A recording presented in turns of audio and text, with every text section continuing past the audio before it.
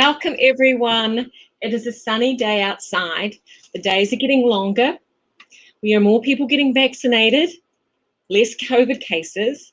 And I have to say, I'm really excited today because I have with me as a guest one of our only actually true native Spanish speaker, which I think in these times is even more important than ever in the delivery of healthcare. So a physical therapist and a colleague, Dr. Paul Aracena. Paul, thank you for being here. Gracias. Hola a todos. Thank you for inviting me. It's a pleasure to be here and talking with you after so long without seeing each other's faces. Before this, we were just discussing with each other, how sad it is when you can't see people's faces and you can't see their smiles and you can't see the joy they're getting when they feel better in physical therapy or with movement or when they see their kids. So one of the things we can actually do when we're virtual, since we don't have to wear a mask right now, but it's really nice to see your smile, and we all know that smiles can help everyone feel better. Yeah. So, Jean-Paul, first of all, for all of your patients, colleagues out there who are Spanish speakers, full disclosure, this is right when I feel not like a very good human being because I don't speak Spanish. And so full disclosure, I don't. But what we do plan on doing is putting this podcast out tomorrow with interpreter services, in Spanish speaking. So we're working on all of that. So if you do have friends, colleagues that want to hear more from Jean-Paul and hear what he had to say, but can't understand my English, then please keep an eye out. This will be coming out in Spanish. So Jean-Paul, tell us, the pandemic has been a terrible year for every single person in so many ways. Yeah. But there's been some joy in it, I hope, because you are a positive man. I always like seeing your smile because you're a person whose smile lights up their face. What have been some of the good things that have happened to you over the year? What have you learned to appreciate more? Or what new things have you learned, or what have you enjoyed? Well, okay. So I think that first of all, yes, it has been a very hard time for everybody. But at the same time, a lot of my friends, we have had this discussion about what is what we value now. In myself, experience in the family, like I have two, you know them, 6 and 4-year-old daughters who are my soul, who are my life, and a great wife who is always supporting me.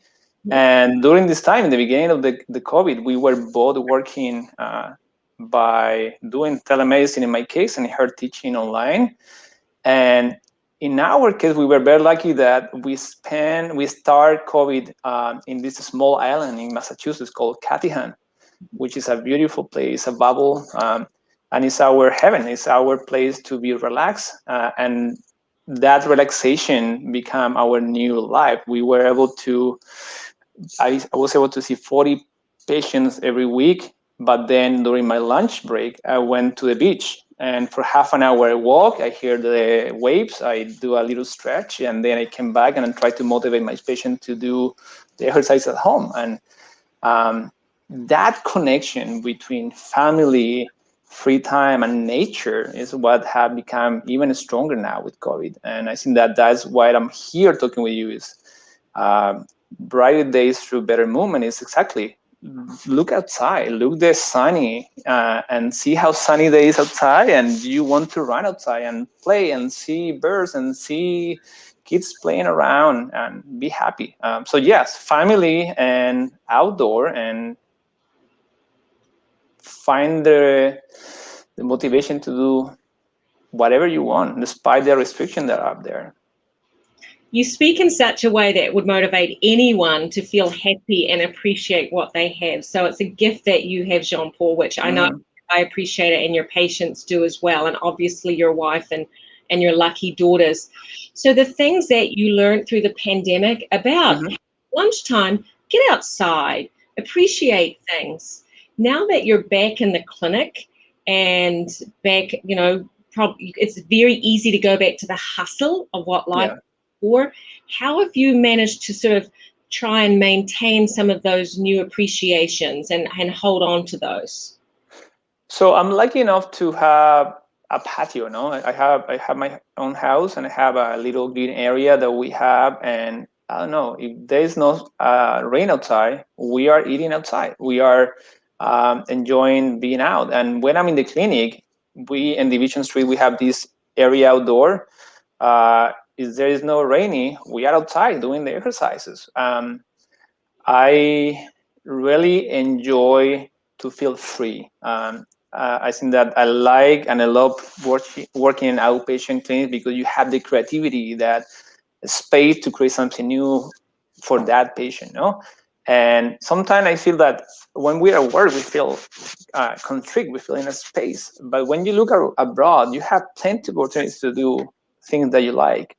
So I'm trying to translate that between home and there. Here, when I'm inside the house, as you will see here, I have all my plants. I try to keep up and try to stay. It's something that I do with my hands, but help me to relax. No, I do my exercises to keep my mind and my body active, and I try to motivate my kids to do the same. That's some of the things that I do, and I have learned to appreciate what I have.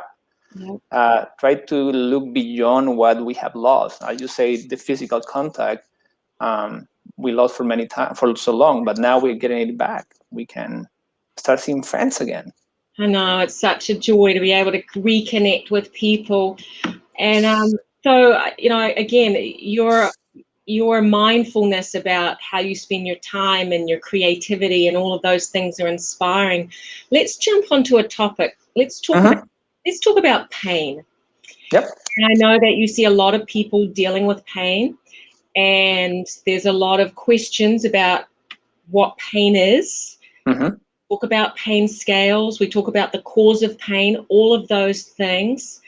When you see someone who's experiencing pain, which is a lot of your patients, a lot of people in the community, how do you help them learn to manage or deal with it? What are can you give us an overall framework for people in pain out there? What would be some overall advice that you would help to get them into a more positive place about it?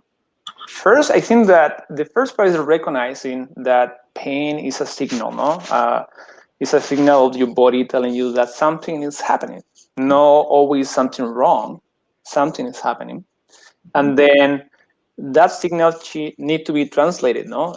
What I recognize as painful stimulus. I'm touching my skin and say, oh, now that's discomfort. It's not the same that is for you, Michelle, because you have different experience, no? Different sensations.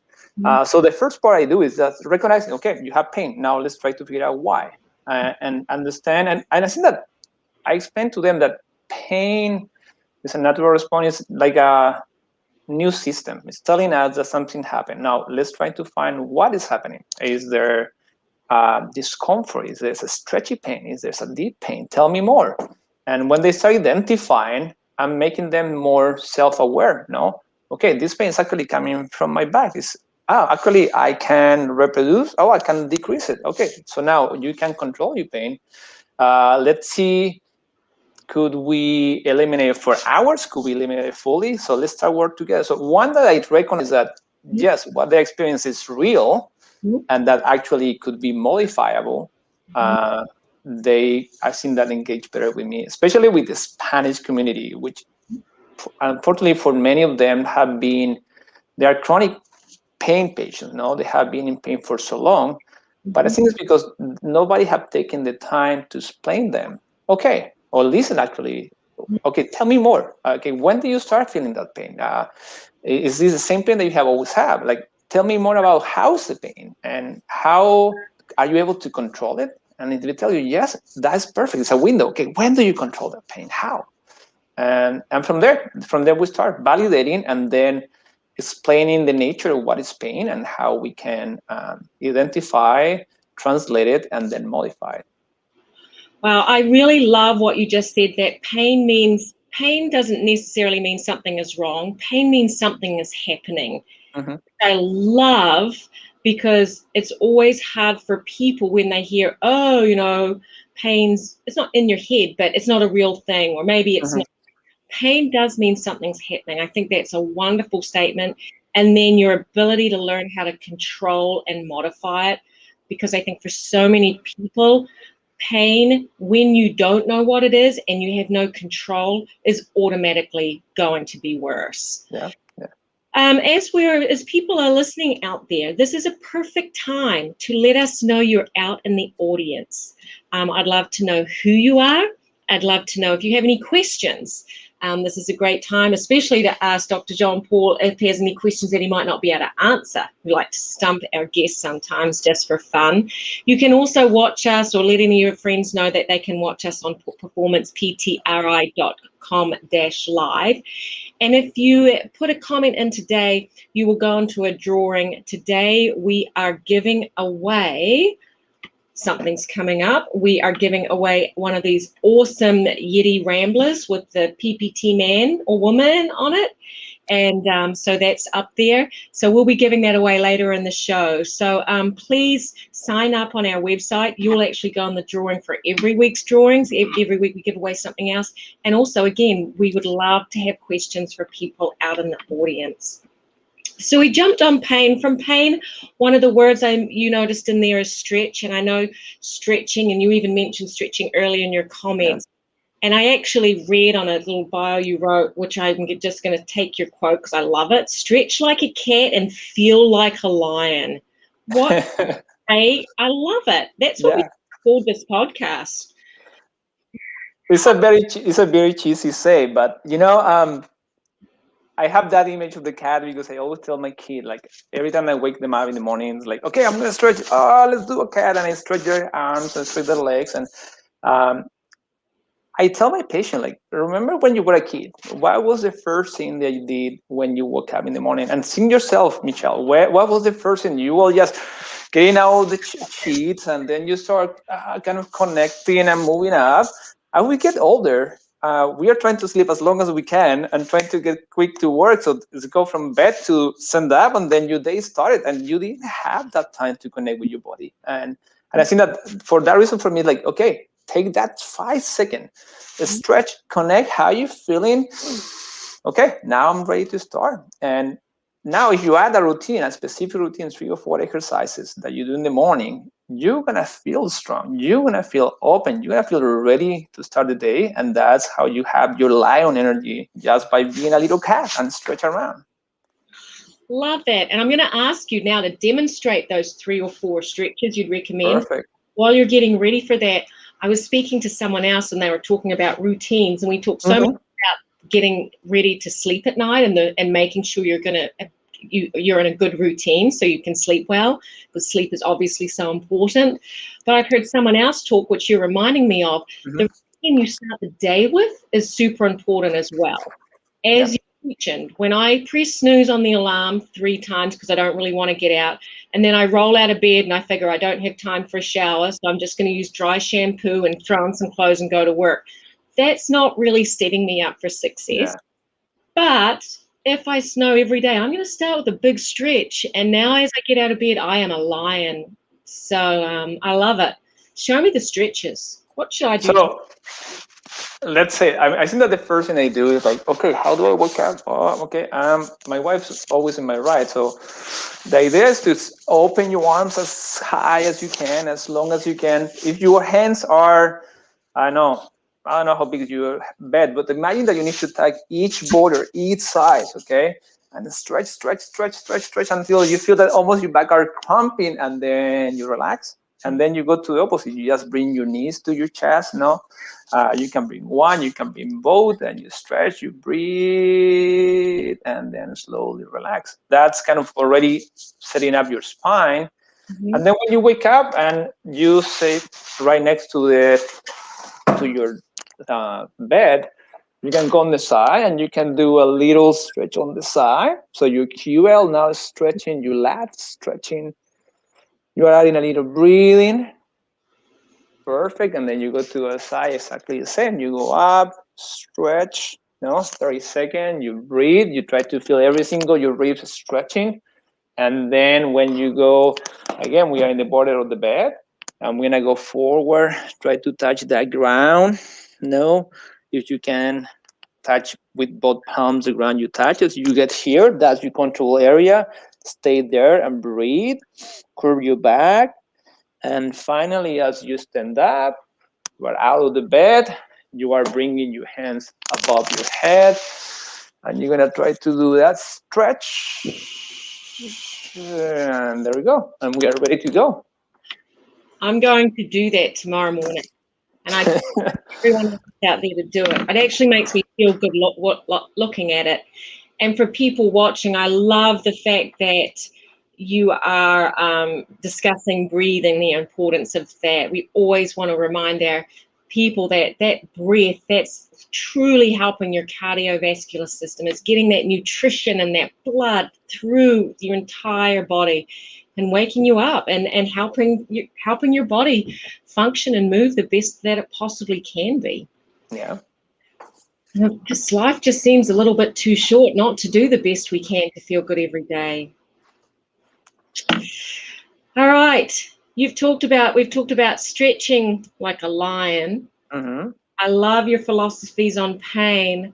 The last key thing I'd like to get into is talking about the joy of movement.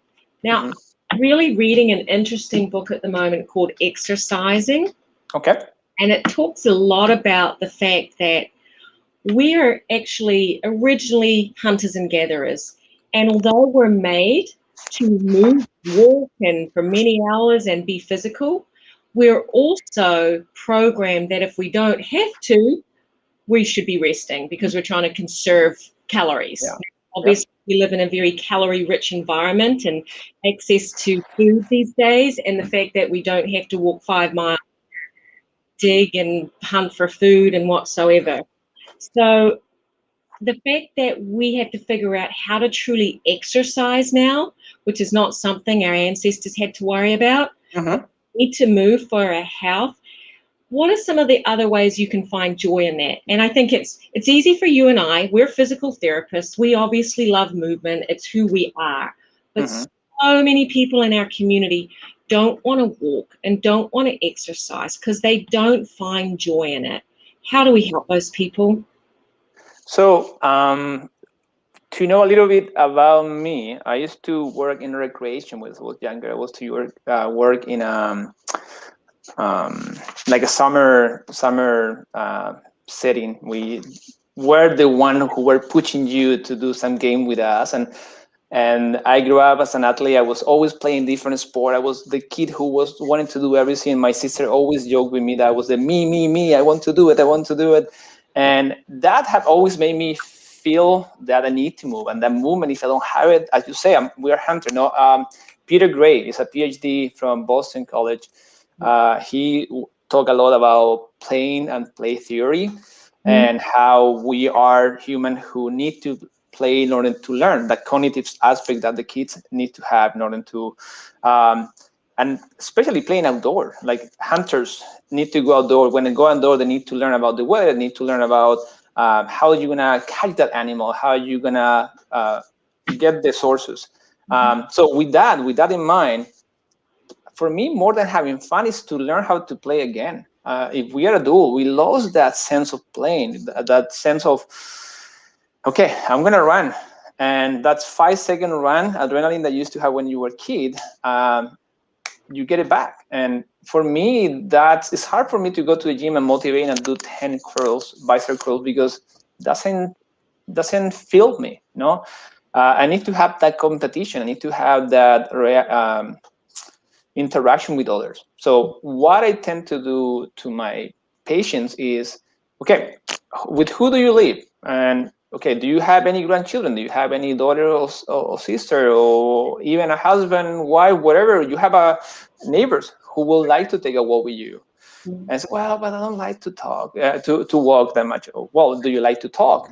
Oh yeah, I love to talk with my neighbors. I said, okay, so don't need to be in the corner of your room talking with her. Go outside, take a 5-minute walk, and talk with her about whatever you want. You have grandchildren. Okay, do you like to play? Most of my patients who came with me with pain is like, one of my goals is to be able to play with my kids, with my grandchildren.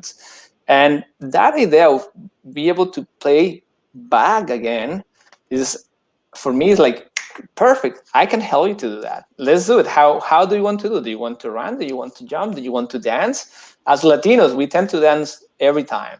Uh, I studied in Germany, and one of the things that we learned for us was like, no, don't do that here. Is that German don't dance. So when we needed to create classes, we needed to do like a 5-minute warm up, and they say, okay, we're gonna dance, and the teacher was like, no, Germans don't dance. And actually, we did it once, and they enjoy it and they love it. And I was like, well, it's not that you don't want it, you just didn't know how, and now we introduce it to you. So dancing is another part. You can dance, you can put a music when you're cleaning, put your music, you're gonna be checking your body and you're gonna enjoy it, there are many ways to have fun in your daily routines. Oh, I love the dancing part, because I don't think people realize how actually good for you dancing is, because it seems like a form of play and joy, which is what you're sort of referring to, rather than a way of exercising. But when you think of it from a musculoskeletal standpoint, when you're dancing, you're on one leg and then the other, and you're like moving different parts of your body. I mean, you're doing so many things. It aligns to me. Dancing is really the same as running.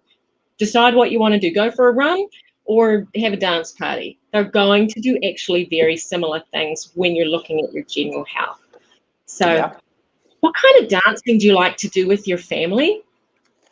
Merengue. Merengue is a Latin music, a little faster than salsa. Actually, we are learning salsa at Division Street. Rich Letrero is a great teacher and teaching us. So something I used to dance, but I don't know so many moves. So he's learning, teaching us, and it's great. And you see everybody's struggling. Glassman is dancing great. For a tall guy, he's such an athlete, and he's moving their hips like nobody has seen it. And to see that, is great. And you see, actually Thursday is Latin music at Division Street.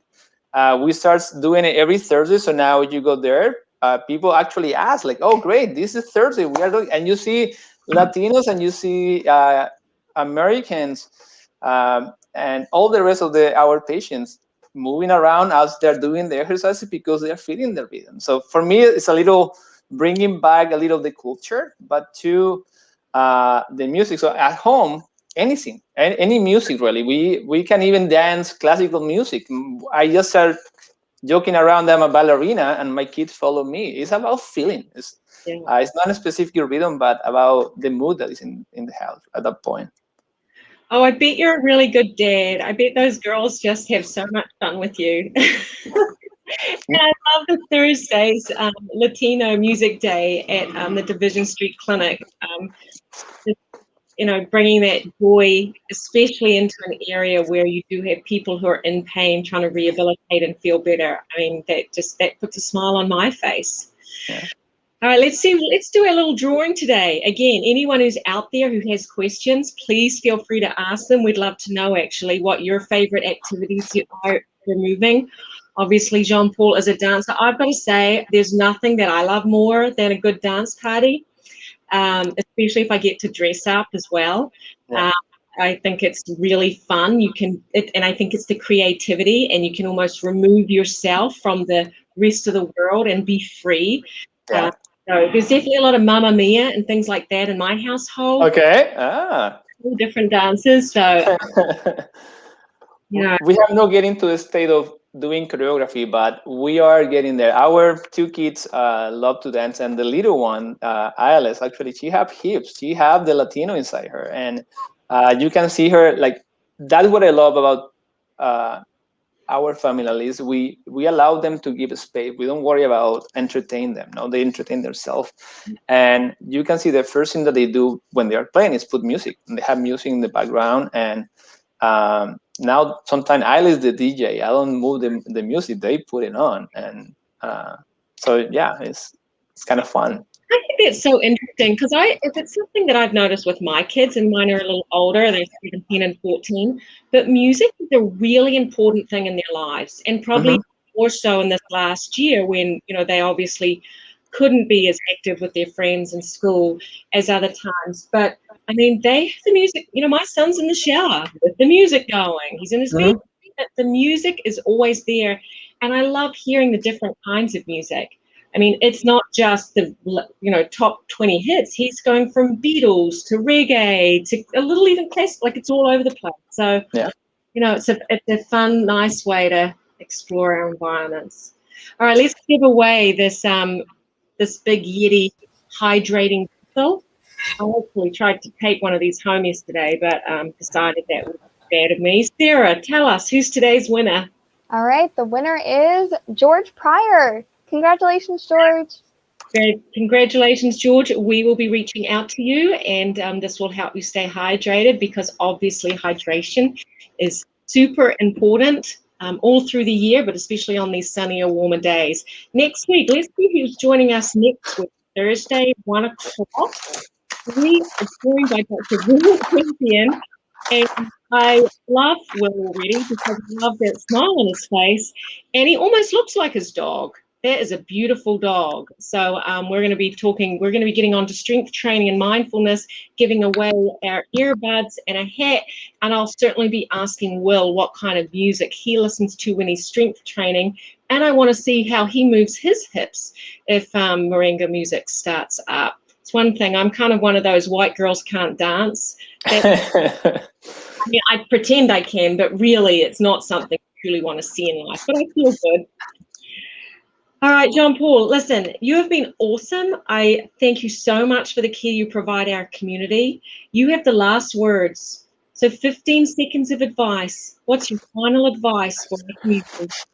Okay, so every day find a piece, a pocket of peace, and a tiny adventure. What I mean, challenge yourself, find the fun in each day, and be sure to stop and reflect on what you learned. What the challenge and how you can grow from there, and then enjoy your life, enjoy the fun, and see you soon. John Paul, thank you so much. A pocket of peace and a tiny adventure. I love it. It makes me calm, but it also makes me feel excited. Thank you, everyone. We'll see you next week. Bye-bye.